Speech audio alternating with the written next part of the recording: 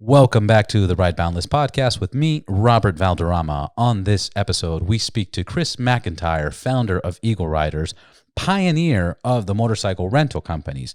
We speak about their journey of how they got started and where they're at now. Here we go.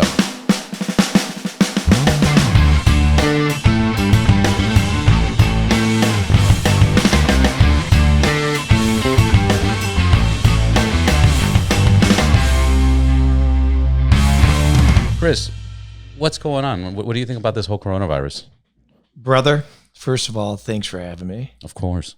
So, Thank you for being here. Yeah, absolutely. So, what do I think about McIntyre, Eagle Rider, and the coronavirus? I think that, well, number one, I could never be in house arrest. Number two, if I went to jail, I would die. So, what I do is I try and be a good citizen, and there's no better way than being a motorcyclist. Jump on your bike with a couple friends, escape, live the American dream, smell the sage, the pinyon, the ocean breeze. Go escape, grab my daughter and go, come on, honey, you're stuck.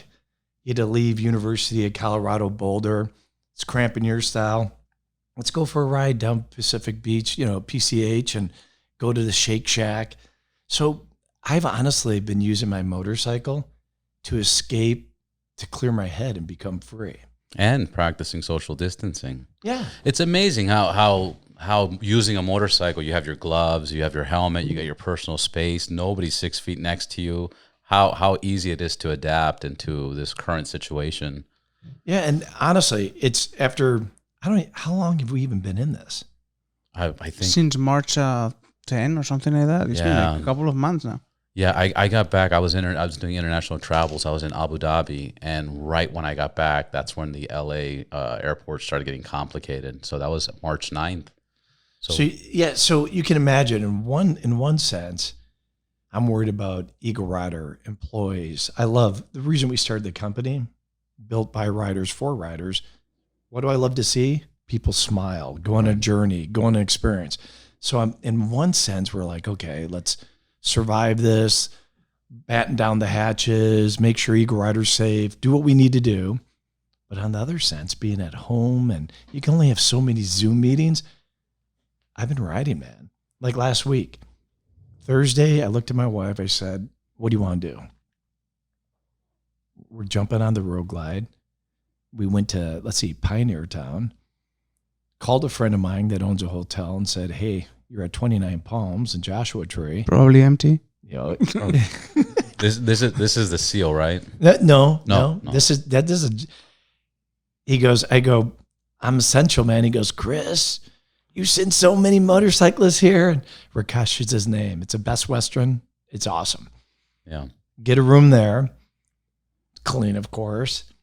Go on our journey through Mojave, Joshua Tree, Vegas. Go high, when I say high five, air high five, Team Eagle Rider in Vegas. Seriously, that's what we did. We turned in our Road Glide, got our Ford Raptor, went on a cruise out in the mountain in the BLM land, went to Death Valley, stayed at the Panamint Resort. Guy owns that, huge motorcyclist, off-road fanatic Ben. His story is awesome, how he bought that place. But the bottom line is, get out, ride, live the American dream. Our backyard is filled with opportunities to explore and social distance and do it. So next week, it's funny you brought up the Navy SEAL, the Desert Ironwood. I was supposed to go dirt bike riding this weekend with my family, but I forgot it's Mother's Day. That's right. So. That's right. Happy Mother's Day to all the mothers for this month. That's exciting. Any big plans? Actually, it's funny because right before we jumped in here, I called the Desert Ironwood. I'm like, hey, Pam, I got to switch my reservation. Not this Friday and Saturday, but the next one. But yeah, this week is grab the family. We're going to go on the boat in Newport and just unwind. Nice. Eat cheese and crackers, probably drink wine. Absolutely. Robert, have you been drinking too much when you're sticking at home? No. I've actually cut back. Like I haven't been drinking. I never like to drink at home. But I have been just socially drinking, right? When yeah, we socially. come over or But I've been doing barbecues. I've been inviting people over. I just had 8 people 2 days ago, and did barbecue and So margaritas. unsafe. Well, we had alcohol to keep the distance and kill all the germs. But why has that been? I swear to God, at our house, we're like, oh, let's just open another bottle of wine. Let's do. I mean, I'm like, what am I? Because you got to get out and exercise. You have to keep your mind clear. And I'm like, man, this is bizarre. And it's so hard because they're closing all the hiking places. They were closing the beaches, which I don't even know where we stand now. I mean, Griffith Park was closed up. We're being limited. We're being super controlled. That's why you jump on your bike and fly. Baby. That's right. Fly like an eagle. That's right. What's going on with Eagle Riders? Are all the locations? And before we get into who you are and what Eagle Riders is, briefly, are all the locations open or in fully staffed, or did you guys cut back 50%, or No. what's going on? How is the coronavirus affecting Eagle Riders? So really quickly, anyone who doesn't know what Eagle Rider is, literally, I was working a stiff suit job. I actually even know what a Hickey Freeman suit is and Allen Edmond shoes. They're like banker shoes. Right. I was working at this company called NCR, and it was awesome. But me and a couple guys, Jeff Brown, Peter Wormer, Bob Pitts, just got together and said, man, our passion is to ride. Let's start a company and create a company for riders, by riders. And we started out truly as a rental company. And we very quickly, and I'll tell you that story later, found out that it's all about the experience. Why we ride? Sometimes not even the bike. Sometimes it's the destination. Sometimes it's the smells. Sometimes it's the social experience. It's a beautiful, beautiful thing, as you guys know. But to answer your question, so Eagle Rider started literally in 1992 with a dream and our beer money and hard work and passion, and the pixie dust of finding other riders is the magic, actually, that have a similar passion. So, and it's growing, and it's hundreds of locations. And so when the coronavirus hit, 50% of our business is international. So just like us three. 50%? I would have guessed more, but 50%. Interesting. Yeah, it's actually in the last 3 to 4 years with Club Eagle Rider, the membership program, U.S. participation has been huge. Yeah. We're both part of it. We did because everybody we know, we have them hooked. Yeah, I've had mine as soon as you guys launched it. I was one of the first people on the membership, and I have 35 credits now, which I have, minus the ones that I've used. So from day one, I've been part of that. So, brother, this is the perfect time to escape. We have perfect time. We have people showing up. Literally today, there'll be someone showing up going, "I got 14 rental credits. Okay, I'm taking that GS 1200 and I'm going to disappear for 8 days." It's beautiful. But anyhow, to answer your question, for me, it was bizarre because imagine when Trump or the administration said no more international inbound flights, whenever that was, sometime in March, immediately 50% of our business went from millions of dollars in bookings to zero. Because if you can't come here, you can't ride. Right. Just like us three, throw a dart in the map anywhere in the U.S.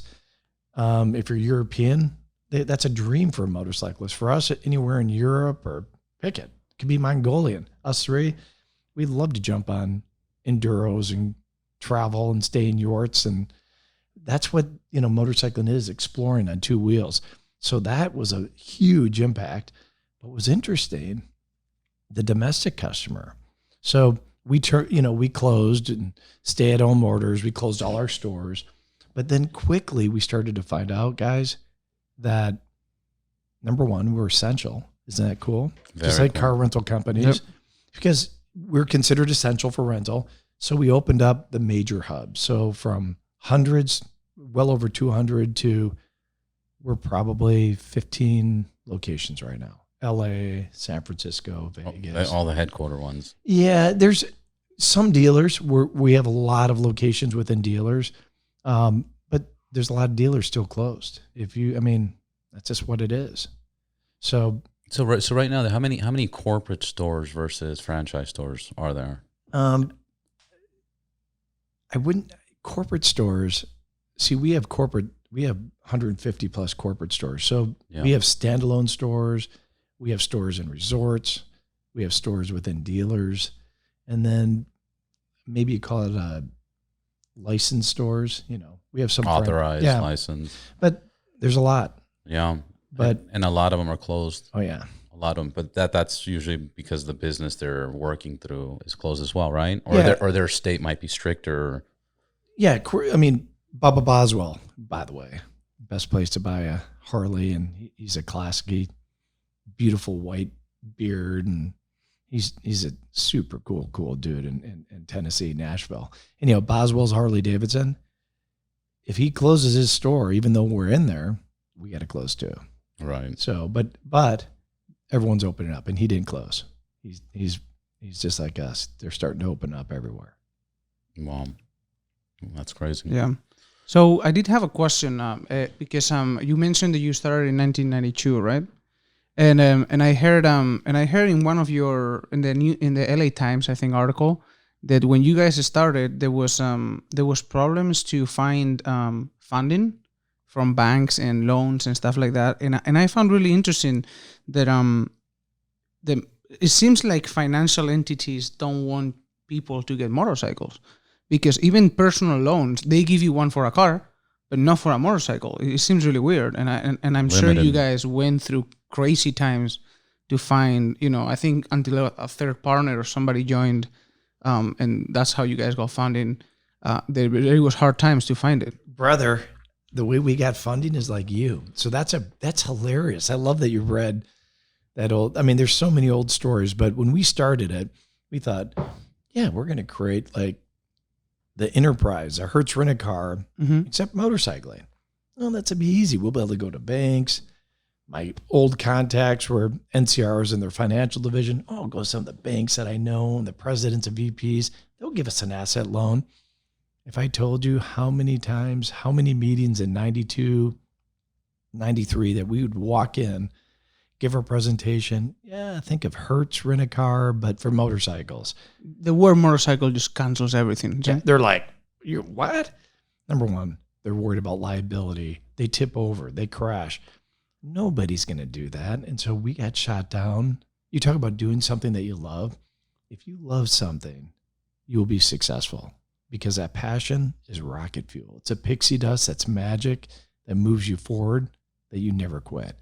So we literally probably got turned down 20, 30 banks. Nobody. So we financed, number one, our first 4 bikes we bought. The next 20 bikes, we went to dealers. This was the days when Harleys were, just hot as pancakes. I mean, you had to order them. It was a 6-month, 8-month waiting list. Whatever came in was in. Whatever color was there. You couldn't even choose. Do you remember that? It was bizarre. It was difficult. You'd go to Laidlaw Harley Davidson and go, put down $1,000 and your heritage will be here, and we're not even sure the color in 8 months. All right. So I didn't even think about that. It was complicated. Yeah, it was pretty cool. So what we did, we thought, you know what, this is awesome. The demand's Harley. So we went to dealers, and actually, I love it. Bartel's Harley Davidson, Bill Bartel, who's a legend. His family's a legend. Super legend. Bill, Ron, Glenn. We went there, and I go, Bill, me, my girlfriend, Jeff and his girlfriend, all of us, we started with 4 guys, went to Bartel's and went to different dealers and ordered 2 bikes. Because remember, you could only order 1. All right. But we ordered 2, one for me and my girlfriend. And we got financing and picked up 20 bikes in the same weekend. So HD, Credit at the time, Eagle Mark, Green Tree Finance. In one weekend, we scheduled all the bikes to come. So the bikes that were literally 2 bikes and the dealers. Yeah, so we just were creative entrepreneurs. Then we went to fellow motorcyclists. We go, okay, to grow from 20 to 100, how are we going to do this?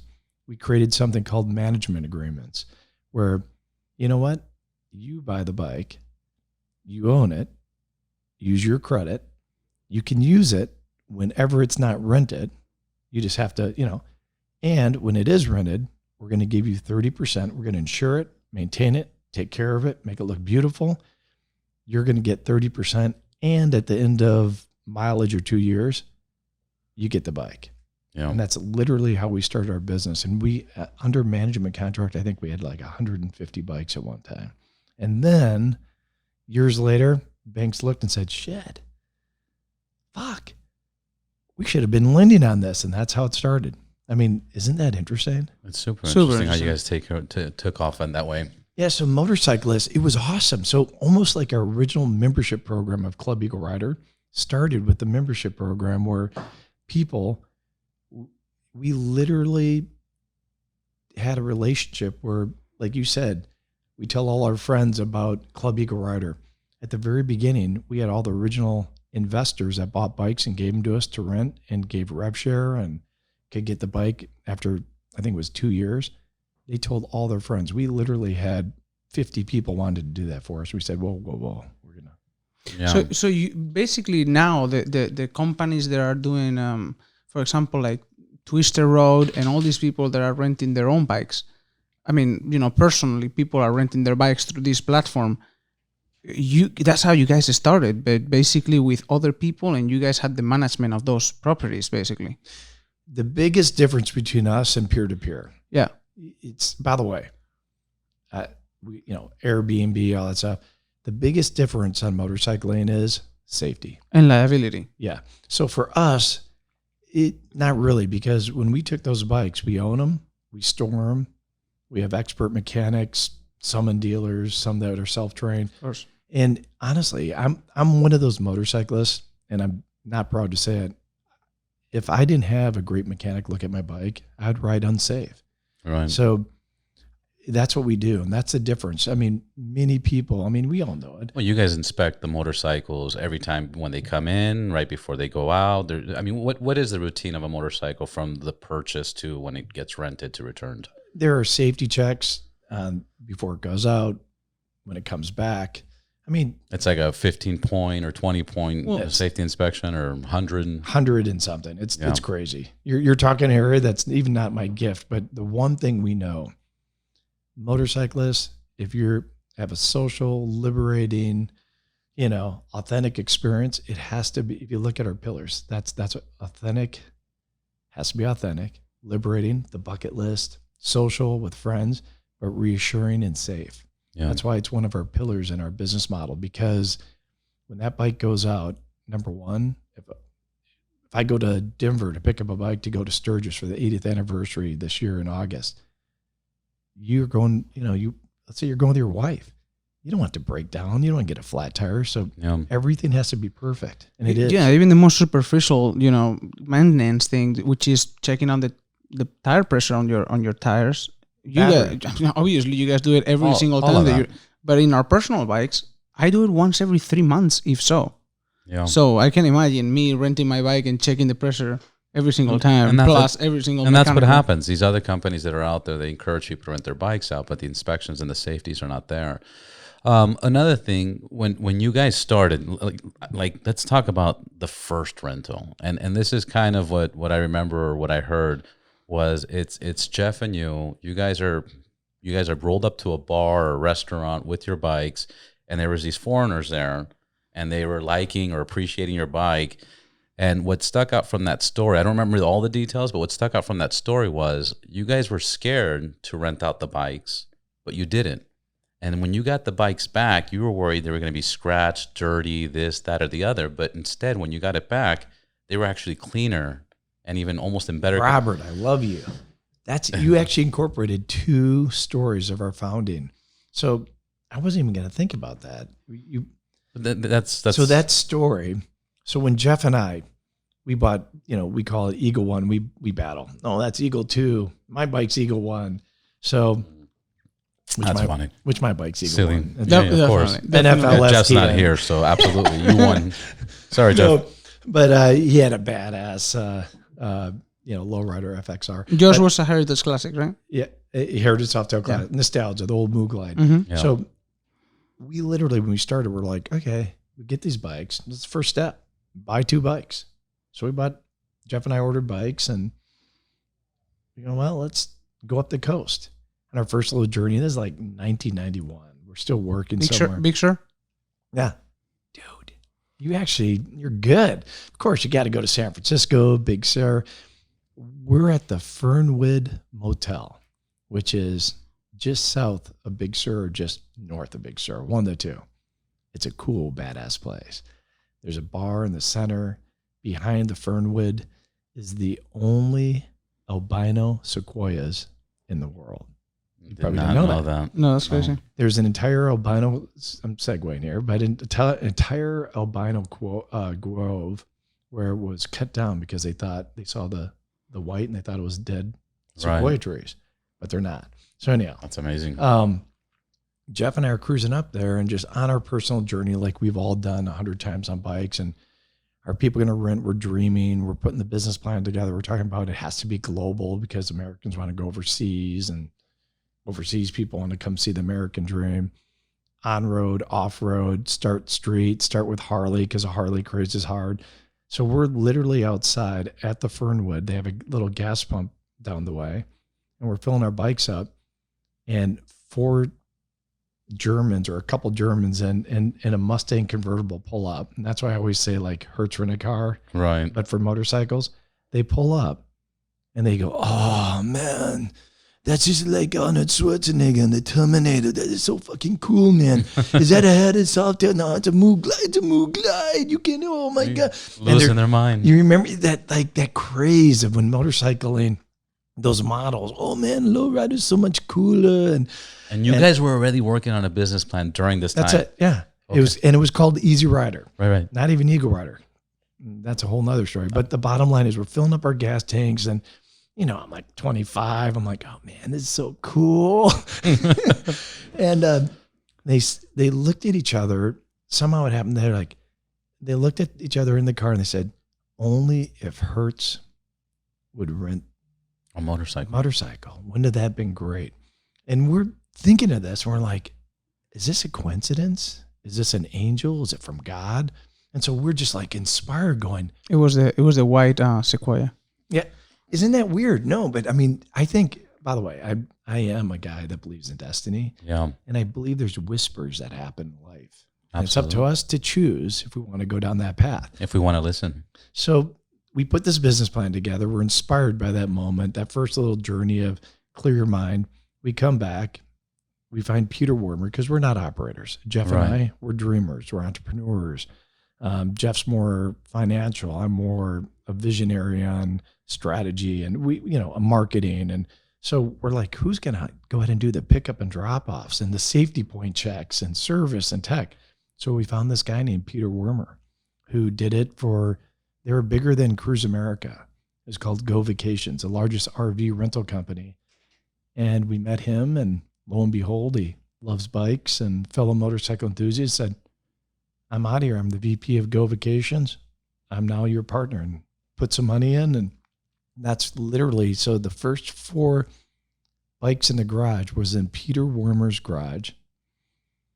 We decided we have to. It's a global business.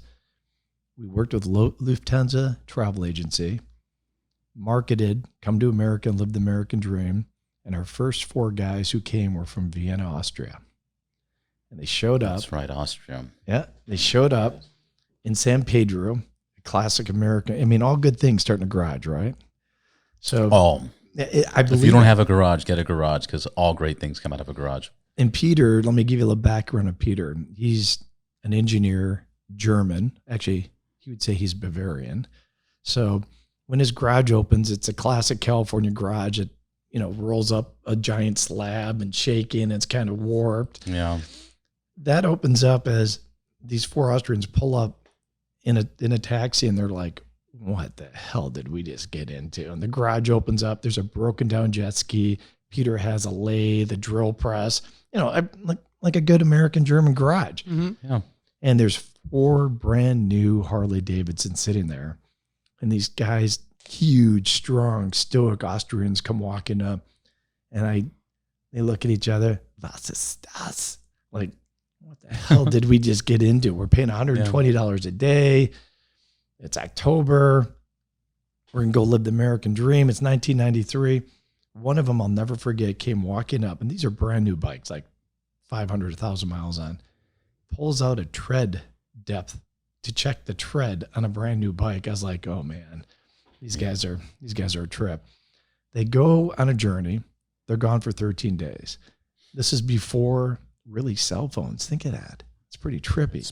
Definitely before cell phones. So- I think 97, 98, they started picking up, but go ahead. They go on this journey and we're like, man, are they going to crash? Are they going to steal these bikes? This is it. This is our first test. It has to be international.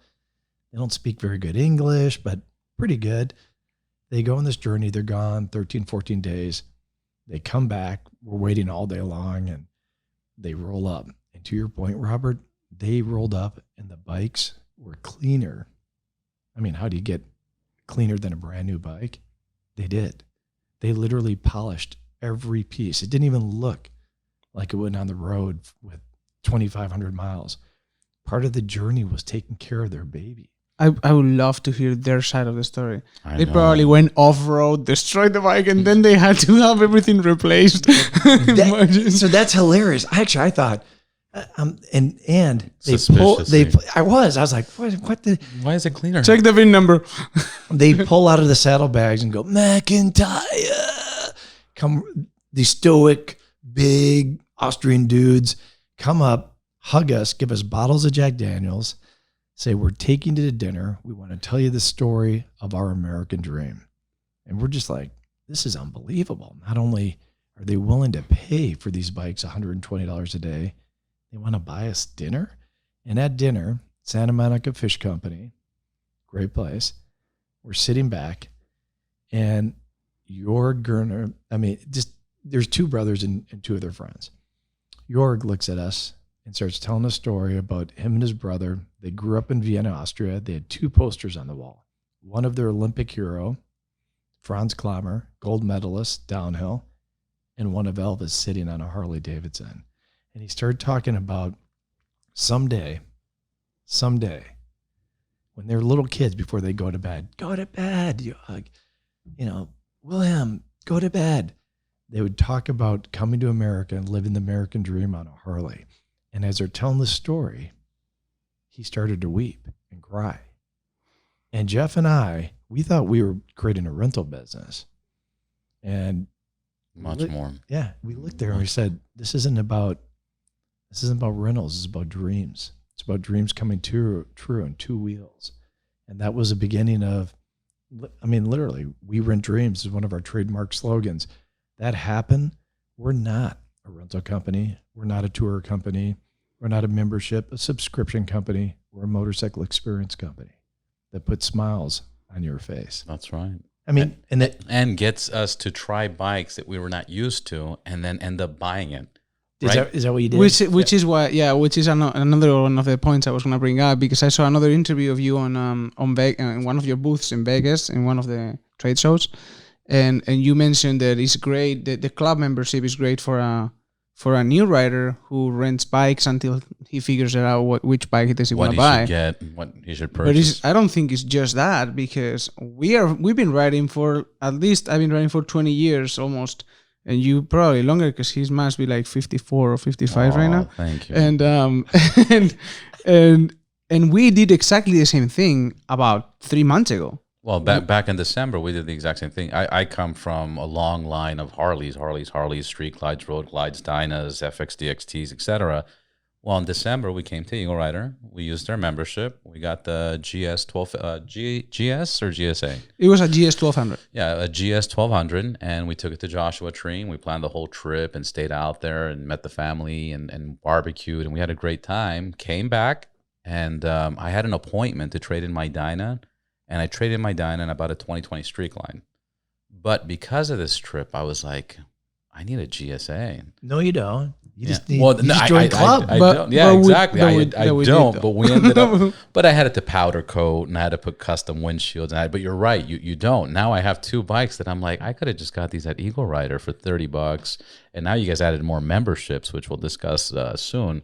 But you're right with the membership or with your guys' system, you can go to any of almost 200 locations and pick up a bike. And to add to your point as well, what makes you different from, private rentals or renting from a Harley shop is that you can rent from LA and drop off in Florida. You can rent from Chicago and drop off in LA. And I don't think anybody does that. Tell the owner of a local bike, that you're gonna drop it off 3,000 miles away from their house. You guys are like our marketing team. No, but it's seriously, not that. it's a And- truth. And last thing, since we've launched this podcast, there's been so many experience stories of joy and happiness, of people bringing Eagle Riders up, and that's why we're here, and we're honored. We want to know what are the secrets, and we want to know more. But how did you guys start that? When did you get to that point? So it's interesting that you brought up membership. Honestly, we always thought, wouldn't it be great? Number one, motorcycles are expensive. It's expensive. It's awesome to buy a new one. I mean, whether you bought that GS or Street Glide, pick it. It's over $60,000 as a motorcycle that I have in my garage. That's crazy. It's beautiful. I mean, the only reason I was able to get away with it is because they gave me, my dyno was paid off, and they almost gave me, over 15 plus, I got a discount. So whatever, I'm financing 17, and then the BMW, same thing, big down payment.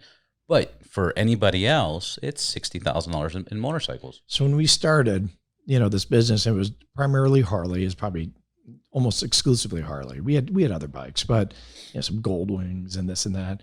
But I will tell you, people would early on say, "So McIntyre, what is your favorite bike? What Harley?" And I'm like, first of all, I'm not even sure it's a Harley, even though I'm a Madison, Wisconsin guy. I love Harley Davidson, the brand, what it represents. I love their bikes. I love them even more now. They're engineered. They're awesome. It's a great story. But when you talked about like the GS, man, once you start going off-road, the venture touring, I mean, do I love a Super Tenere from Yamaha? Do I love the Honda African Twin? I love both those bikes. Do I love the new KTM? Man, the new KTM 1200. Even the 790s. Yeah, Incredible. the 790. By the way, the 790 for my size, my feel, I like small. Like I actually almost prefer a 250 dirt bike over my 450 KTM. Why? It's just more nimble. But I'm telling you, it just depends. It honestly depends what day, what I'm doing. I love all bikes. All bikes. I mean, the new Royal Enfields. I mean, of course, they're shaking down. They're not made for the freeway, but they're cool. Yeah. The Himalayan. I mean, there's some cool ass bikes. Yeah. So when we started that, I was like, man, today I'm going to take this. We always thought membership. Jeff used to, by the way, I was at NCR. Jeff, when we started, he was at Life Fitness. So we always looked at memberships. It was a growth of the membership, health and fitness. I always thought, man, wouldn't it be great if you could pay a reasonable price for a membership? And as we open up dots on the map, you can pick and choose and pick up where you want. Because truly, we all have limited time, but we all love to ride two wheels, whether it's on-road, off-road, in different destinations. So that was really the genesis. It's a motorcycle in your suitcase. Yeah. And 70% of our members, interesting enough, own motorcycles in their garage. So they're exactly you. In my case, I use it that way. When I travel somewhere else, I refuse to rent a car. I rent a motorcycle wherever I go. I go to New York and we went there for 4 or 5 days. We rented we went to Eagle Rider right in Long Island and Yeah, it's Long Island probably. Yeah, we rented some road glides and we were riding in New York instead of like being trapped in traffic. You met Frederic. Yeah. That's awesome. What I like about the membership program is in 2015 when I found out about you guys, I noticed that your business, my guess, this was my estimate, and please correct me, but I at that point I would have assumed 90% of your business was overseas was the tourist business, the tourist industry. Because locally, a lot of people didn't know who Eagle Riders was, or the people that I knew weren't familiar with who Eagle Riders was. If anybody wanted to rent a bike, it would have been done through Harley. And then the membership program, what it allowed is it kind of opened up a window of opportunity to tell people. Absolutely. I think the stats back then were each bike gets rented out roughly 97, 98 days a year. So the rest of the time they're kind of sitting. By creating a membership program, obviously at that moment, nobody's going to pay $120 or $140 or whatever the price is, depending on the bike, to rent locally. But by starting that membership, now you're inviting people to say, hey, we have all these bikes, which in just LA is thousands of bikes. For this small fee and this monthly membership, you can ride any of them. and you can also accumulate your Credits. your credits. Yeah, and it is you guys. You're picking up a bike. It's perfectly maintained. You can pick up an X, drop off an Y. It's a motorcycle in your suitcase. And when we did this, we thought $29 a month, you're in a credit. And you can choose one credit, ride 1, ride 2, ride 10. I mean, pick your passion, right? Right. What's interesting is we had like internal bets. Oh yeah, we're going to cannibalize our rental business. Everybody from just use whatever San Francisco when they're picking up, they're all going to join membership. The truth is, the market in LA or San Francisco, 60 to 70% of the actual usage of it is outside their zip code. They're exactly using it like you guys are, a motorcycle in your suitcase. And the truth is, if you have that awesome Street Glide in your garage and a BMW GS, you have kids. Well, come and pick up a 125, a 250, and go dirt bike riding and go experience. I mean, you can do side by sides in Utah. It's Robert did something really funny there. That he brought his bike to service right here in Bartels, and he picked up a motorcycle here to not take an Uber home. Yeah, I didn't want to take an Uber. I have credits, so I dropped off. I was getting my service, and I was getting bars installed, and I didn't want to take Uber. I didn't want to get in a car. I didn't want a stranger to drive me, so I came here and rented the BMW R90. R90. Yeah, that thing's a badass. That thing's super badass. Yeah, I took it all through the coast, PCA. I took the long way home. There's a Spanish guy that is doing something like what Ewan McGregor did in an R90.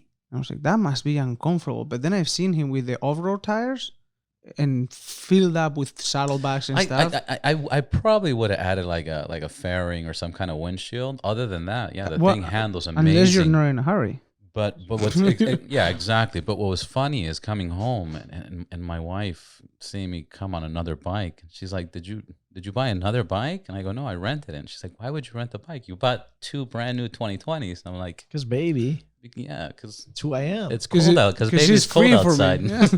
Isn't it funny though? Like when you first get riding, man, I'm not putting a windshield on my bike. You want the wind; it looks cool. Yeah. But man, once you get in the open road, you're like, it is awesome to have a fairing. A fairing, a windshield, a full face helmet. Yeah, I remember when I started riding, full face helmets were, for dorks or nerds. It wasn't cool on the Harleys.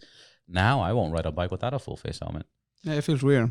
Yeah. All the wind in your face. All the wind in your face. I mean, it's just it's difficult. Even when I travel to other countries that you don't have to wear your seatbelt, I still wear my seatbelt. I'm so used to that, and especially when I'm riding a motorcycle in a different country, I'm wearing a full face helmet. There's no question about it. So you're gonna laugh. So where did you learn to ride, or where did you first start riding? Well, I'm from Spain, so I learned in Spain. Did you have to wear a helmet? Of course, yeah. Say California? No. California. So I'm a Wisconsin guy. I grew up no helmets. Yeah. And it was, and I'm, by the way, I should wear a helmet. Right. Well, you should do whatever your state. Other times too. Man, well, you should do what your state recommends. Is there something magical about riding a motorcycle with no helmet? I haven't done it. I've done it. It's quieter. It's bizarre, isn't it? It's a weird. I mean. It was really weird. I only took I was living in New York and I took my motorcycle to do the pipes in Pennsylvania. And in Pennsylvania, you don't have to wear a helmet. So obviously my wife was terrified of the experience, but I was like, I have to do it once at least to see how it feels. And I rode my Softail Heritage Classic about 90 miles an hour, no helmet.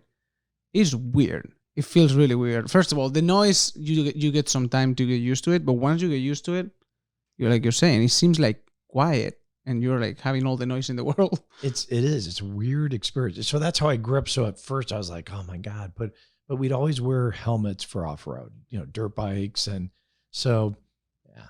No, that's interesting. I mean, I've owned so many bikes. I've been riding since, 15, 16 years old, used to go to Mojave Desert, and till this day, I've never ridden a bike without a helmet. It's interesting. So the best full face guys, and it doesn't have to be Rolling Sands, but Rolling goes, try this helmet on. and it's this carbon. It's super cool. The bell? The bell. Is that badass? The bullet?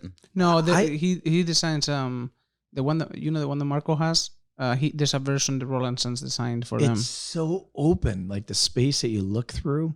It's almost like not wearing a Oh, helmet. then it's the bullet. Yeah, Yeah, the bell bullet. It sounds like I it's have one disgusting. at home. Yeah, but I heard that one was a little noisy. I haven't tried it, but I heard that one was a little. Who cares? I get it. I like Vision, man. Yeah, no, vision is obviously more important. Yeah. Yeah. Have you tried the Shoei Hornet? No. Because it's like a combination of like the RF 1200, which is their street helmet, and a dirt bike one. So the opening is huge, so you could fit goggles on it, Full on goggles, like adventure. and style. it's like a super wide vision radius. Chris, back to getting back to Eagle Riders. When did you guys? Let's talk about the tours, because a lot of people now know Eagle Riders that you can rent the bike and you can drop it off wherever you want. But you guys have guided tours, like one's from Chicago, and it goes all the way to LA through Route 66. It's a 14-day run. I mean, how are those? You guys also do Baja. Let's talk about when you guys got into tours and the success of the touring business. Yeah, our first when you think about it, even if you're riding a bike by yourself, the best adventures is over one night anywhere. Extends your vision, extends your destination. Just when you go 2 nights overnight stays, it's like a magical journey. We all do that, right? Right. So when we started the business in 1995, we said, okay, we got to have a tour business. But I'm telling you, a tour business lives and dies on the guides.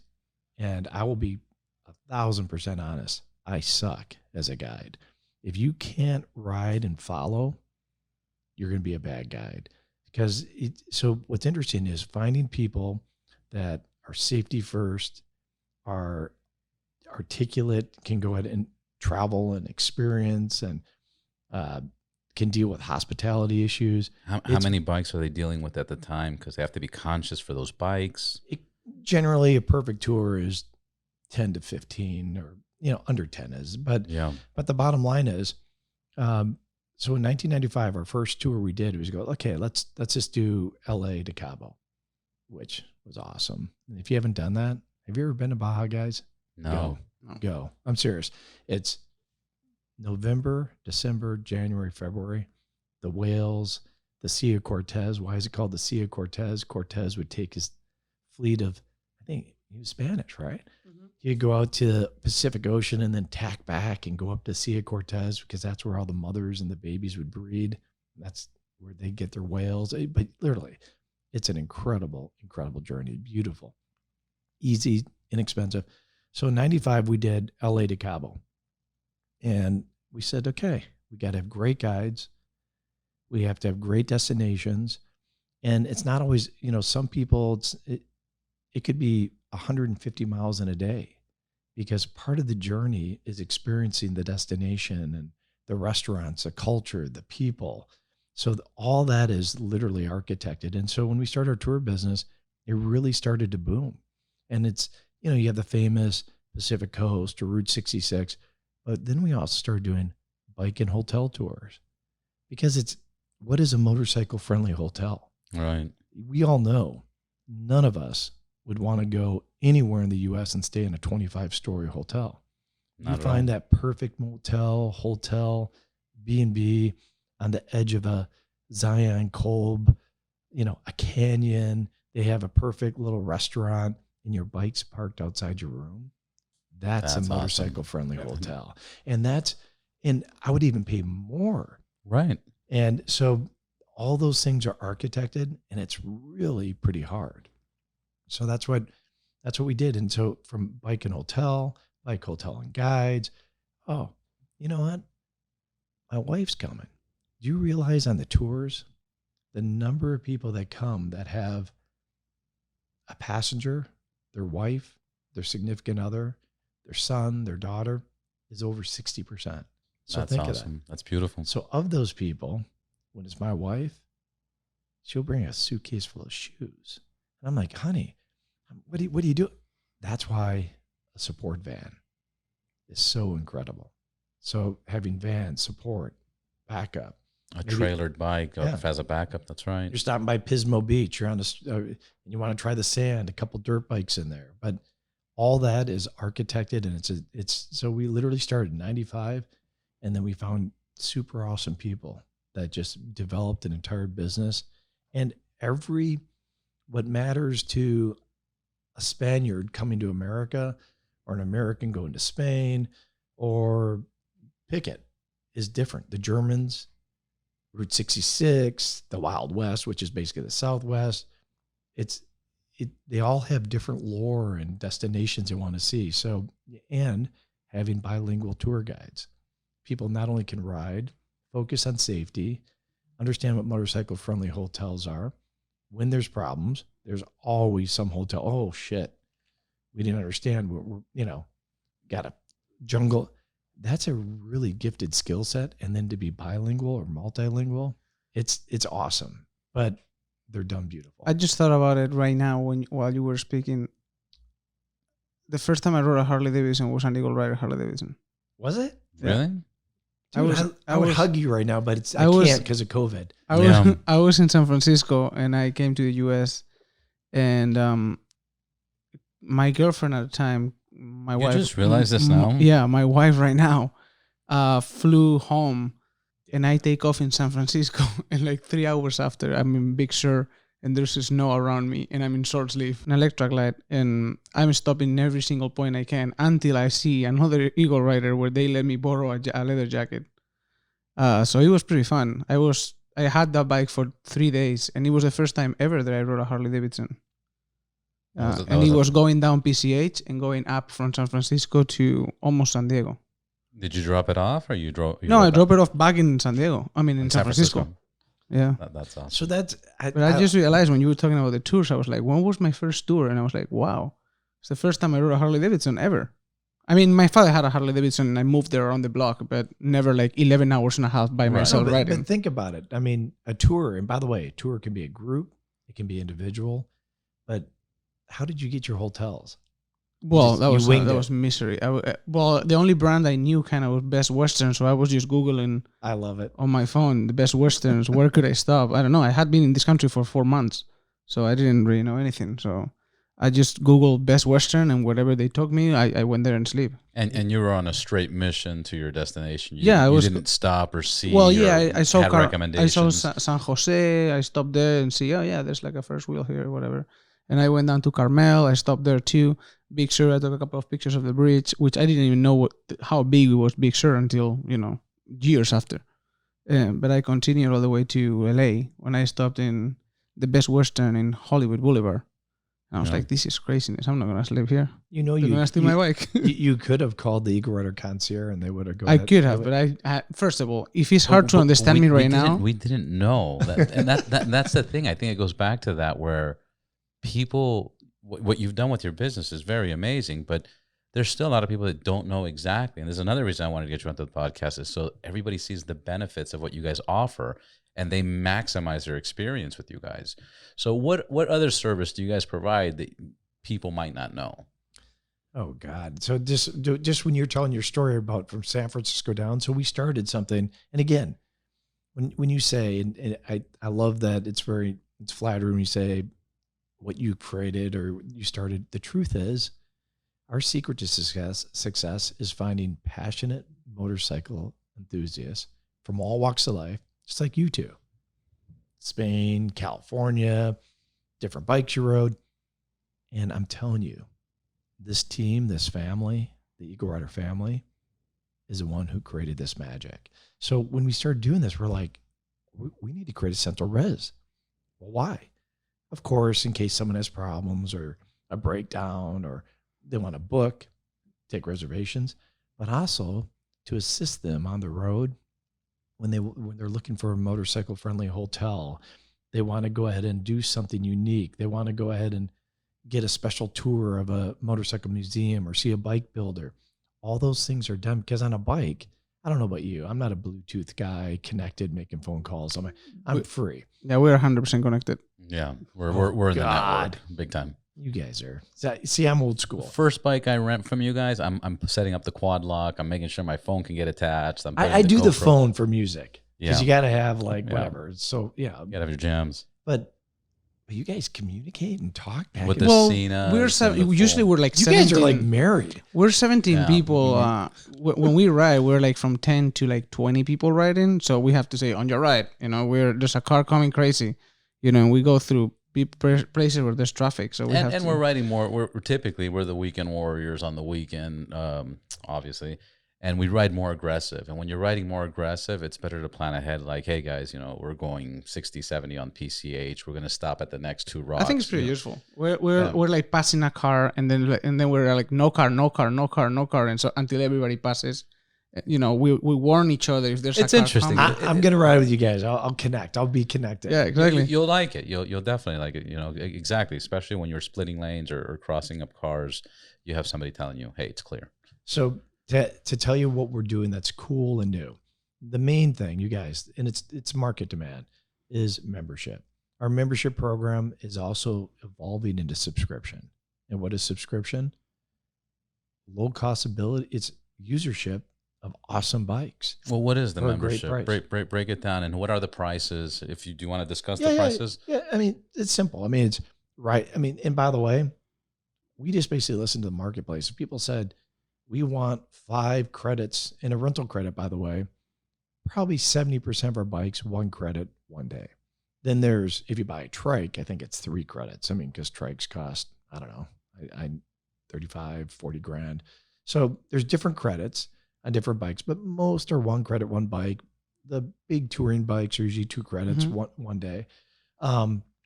So we just listened to what, and it's the whole idea is to be a value proposition where that you can earn your credits, you can bank them, ride one, $29 a month, you earn a rental credit, you bank it. $29 a month. Yeah. One. And that one is so it's 1 a month, that's 12, but you get a bonus one for your birthday, right? You got it. 13. You have like 30 saved or something. I have 34. But you guys were talking about, I think someone said the KTM 790, which is a badass bike. One credit. Yeah. I mean, that's a cool bike. But the whole point is you choose your, and then we have Ride 2.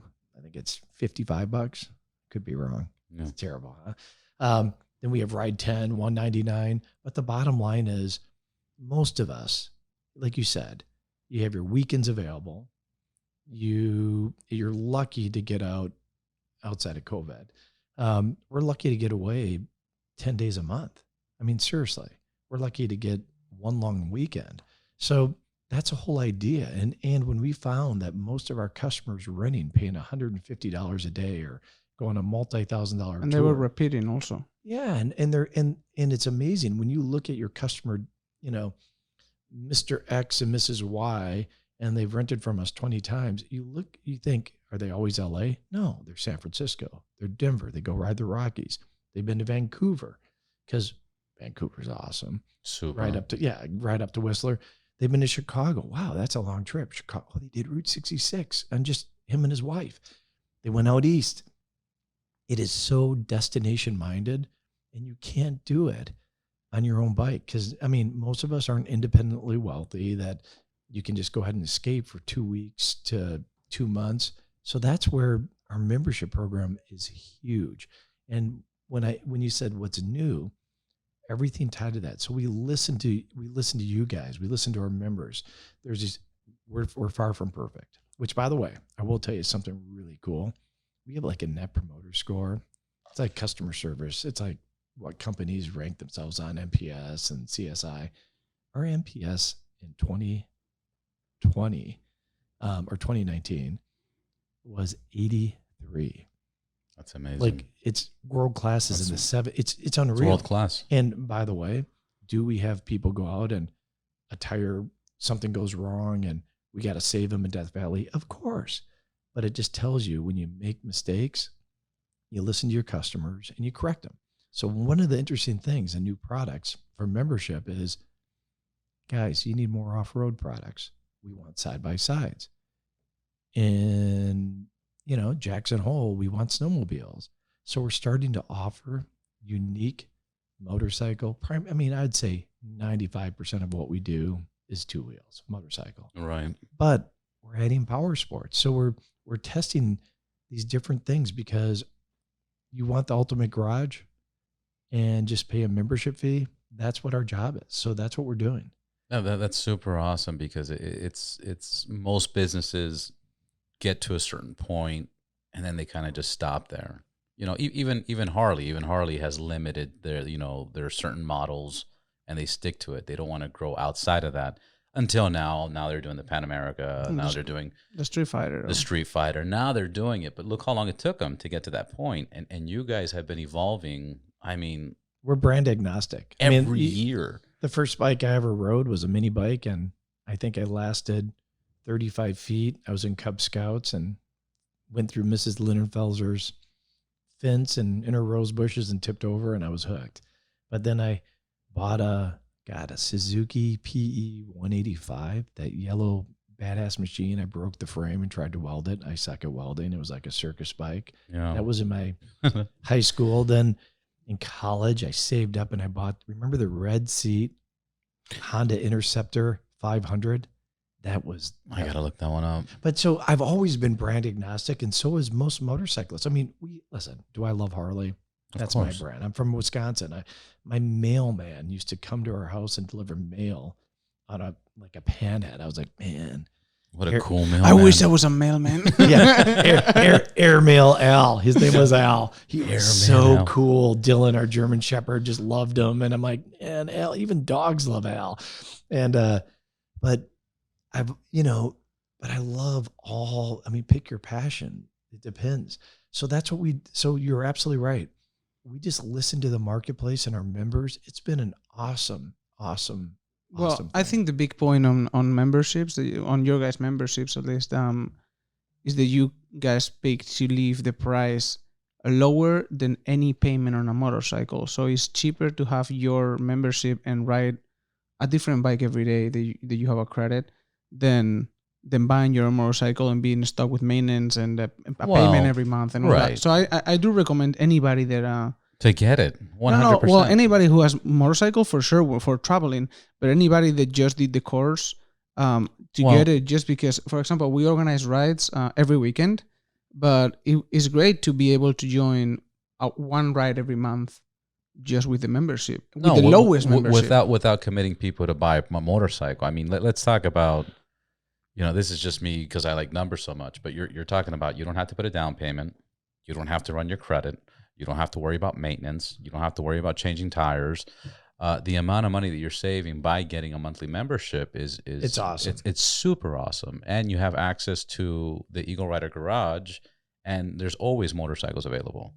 And I guess, you know what's interesting about that, though? Because when we started our business, I'll never forget, someone at Harley Davidson, who's no longer there, said, and a great guy, man, if you rent, Chris, why would people buy? Actually, membership's the same thing. People think will it cannibalize rentals? Will it cannibalize sales? It actually does the exact opposite, because we are actually getting, like when you talked about in college, when you're in college, your first time you rented a Harley, could you imagine being able to become a club member, a member of Club Eagle Rider at a university and go ahead and escape and grab some bikes and it'd be economical? That's how you get in the ecosystem of riding. And truly, we all want to buy eventually, not a $60,000, but right. The bottom line is we all love to own our motorcycle. And you probably, we all have multiple bikes. It could be a Vespa, but you talk about try it before you buy it program that's economical without writing a check.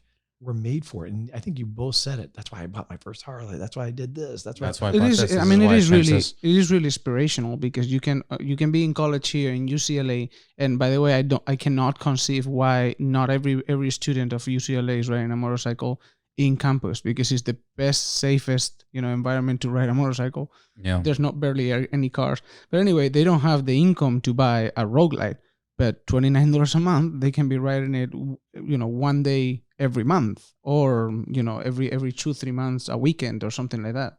No, it is. I'm kind of like my dream is never been like we have to run a profitable company. You have to build wealth and happiness and make great experiences. But truly, I want an Eagle Rider whether it's a franchise, a license, in a dealership, a standalone, every great destination around the world that all three of us want to ride. Why? Because that's a dream come true. But also I view our new journey with membership and subscription and rentals and tours. We need to inspire, man, a new generation of riders. And I'm telling my son, Jake McIntyre, he's 21 years old. He goes to school in Penn State. Now he's home because, campuses are closed. He rides a bike because, he worked here. He's my son. But honestly, most of his friends, it's different. It's a different time. But you're right. Fuel costs, easy to park. It's a blast. Even if it's a scooter in campus, it would be great, incredible. Yeah. So I really believe that's part of our journey is to get people into the ecosystem of riding because it's magical. It's a gift from God. Yeah. What you guys have incorporated too is we've come into a time right now where this is a world economy. It's a shared economy. That's what the Airbnbs are. That's what the Ubers are. That's what Uber Eats are. And you guys are tapping into that market as well. And that's what you guys are creating for people. So that's awesome. And just in case if the listeners don't know, even the smaller motorcycles for DMV test, you guys have those still, right? Man, you did your research, man. No, but honestly, I wish we had more of those.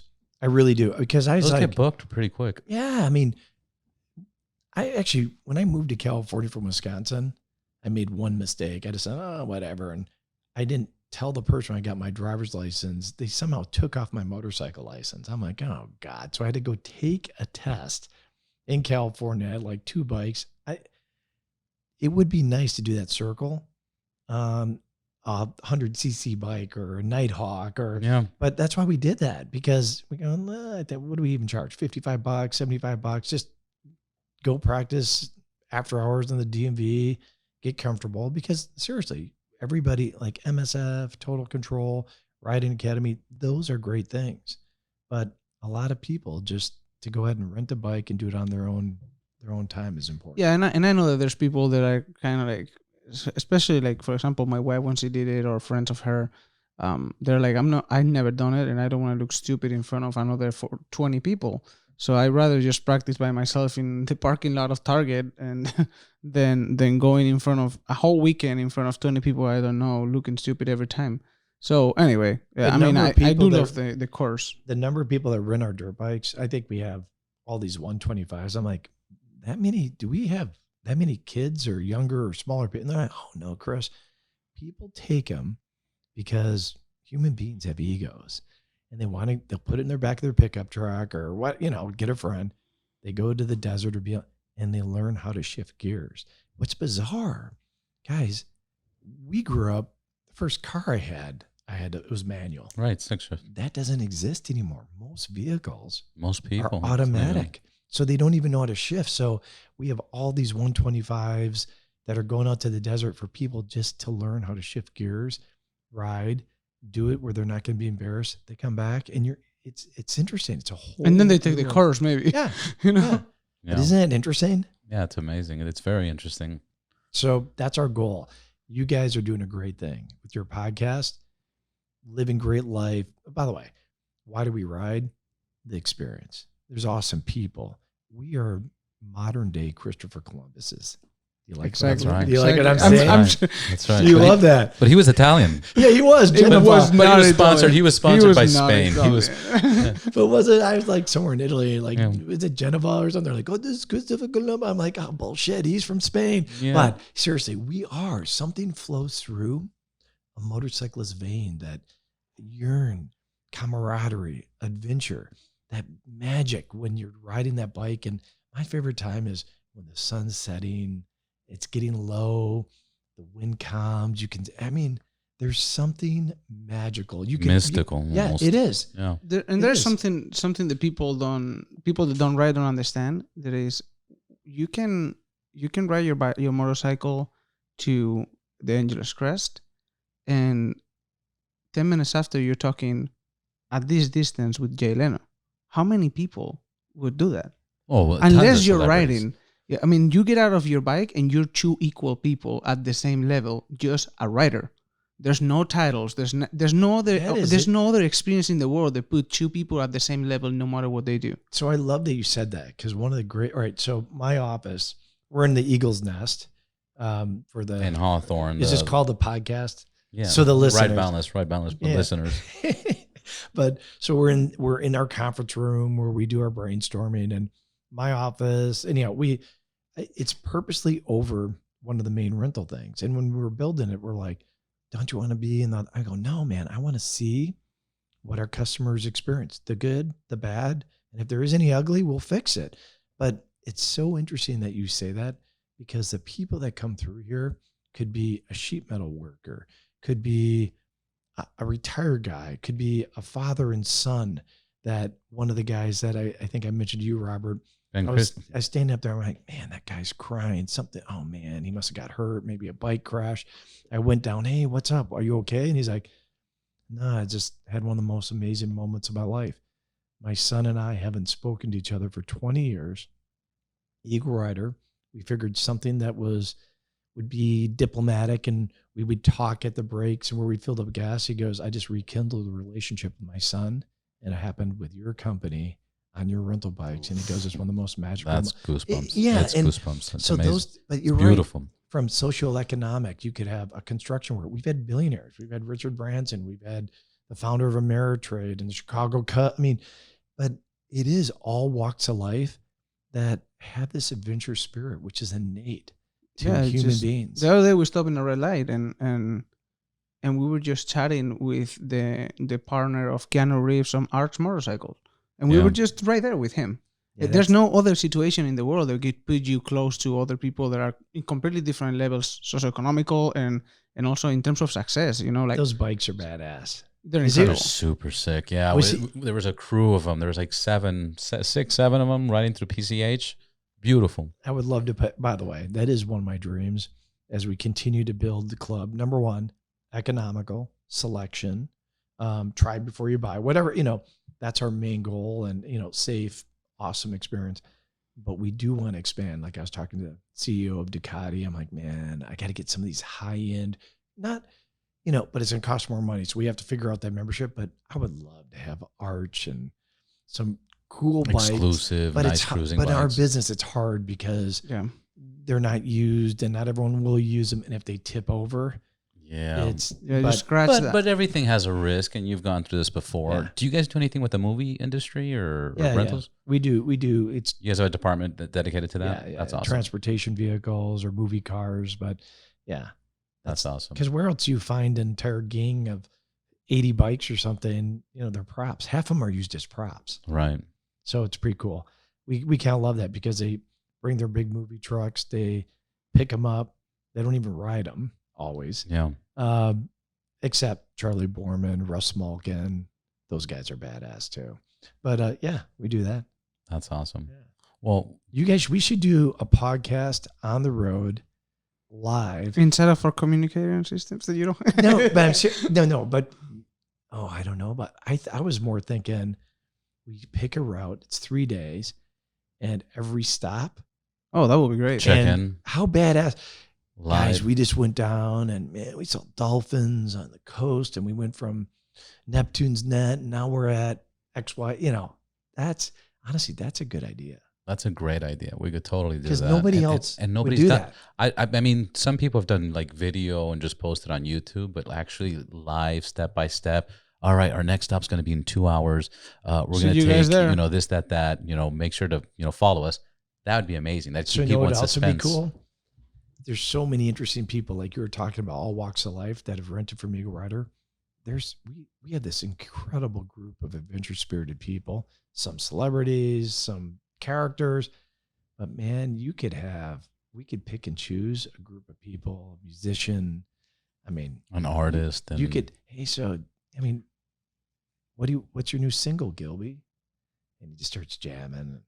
It's acoustic, and we're sitting on the beach, and then we pack up and so go to the Fernwood. Should I file for divorce now?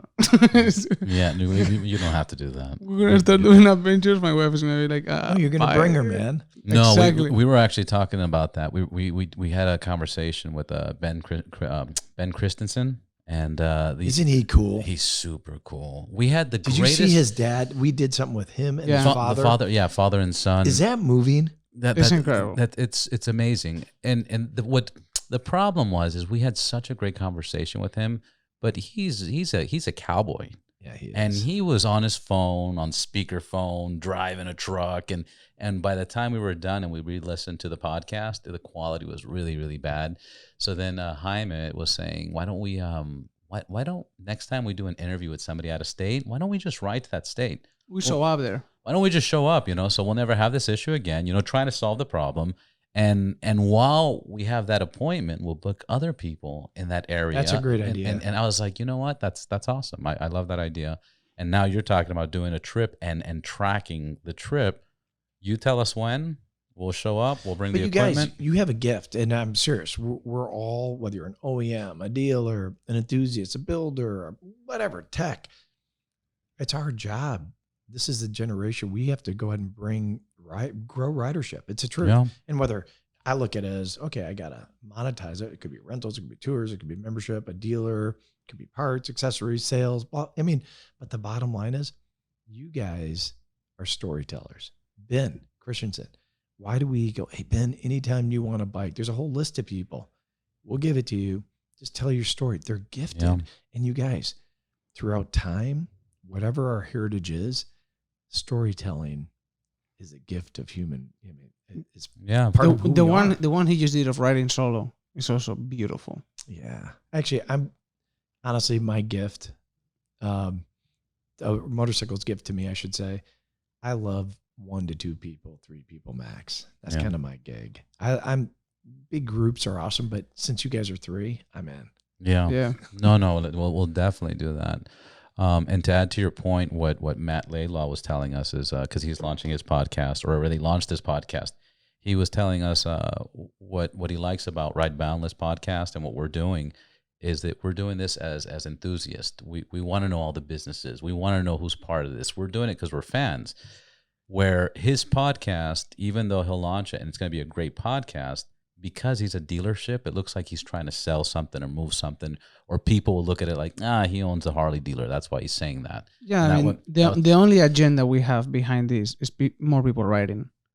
And more people writing and hear the entrepreneur sides and get to sit down. I mean, you and I haven't done this in a long time and just really kick it and just talk about what's going on and the growth. You guys, we're blessed. We honestly, it's like a gift from God. Somehow we were inspired. We decided to ride. Think of all the interesting people you've met because of motorcycling and riding and experiences, and not even on a bike where you're somewhere, but you're in this scene that magic happens. I mean, we need adventure. It is an instant connection. Once you meet somebody and suddenly you realize that he rides and he realized that you ride, they're like, oh, we're part of the same something that somehow connects us. It's really weird. I don't know why do we have that connection? Because I don't think that car drivers think, oh, you drive. Oh, some of them do. Depending on the club. Because we're riders, guys, and all our senses are activated when we're riding. The smell, the feel. I feel the sun. Absolutely. In a car, you're almost like in a fishbowl. You're numb. Yeah, I mean, it's awesome. I love cars. I love cars, trucks, cars. Yeah, but a motorcycling's living. It is. Yeah. Yeah. It's. I was just telling my wife the other day, the moment I jump on a motorcycle, it doesn't matter how tired, how lazy, it doesn't matter what's going on. My senses, my eyes open up, my ears. I'm looking around. I'm paying attention to people's mirrors. I'm paying people rear view mirrors, turn signals. Their tires, are they turning? Where it is in the lane. Your senses just hike up. Insane. And that's a good feeling. You feel awake. You feel alive. Yeah, it is true. Versus a car, you can have 2 cell phones, text, do whatever. Don't do that. But the stuff we get away with in a car. So having access to all the motorcycles you have access, do you own anything? Yeah. But honestly, that is a great point though. So in my garage right now, there used to be a Road Glide, but that Road Glide is now dropped off at Eagle Rider Las Vegas because I bought a Ford Raptor and I had to get home. But right now in my garage, I have a KTM 450 SXF. That's a badass bike. I can't even ride it. It's too powerful. But no, I can't ride. But Yeah. but in a 250, a Yamaha. Right now, I'm into. That's my thing. I'm into Low CCs, off and light dirt. motorcycles.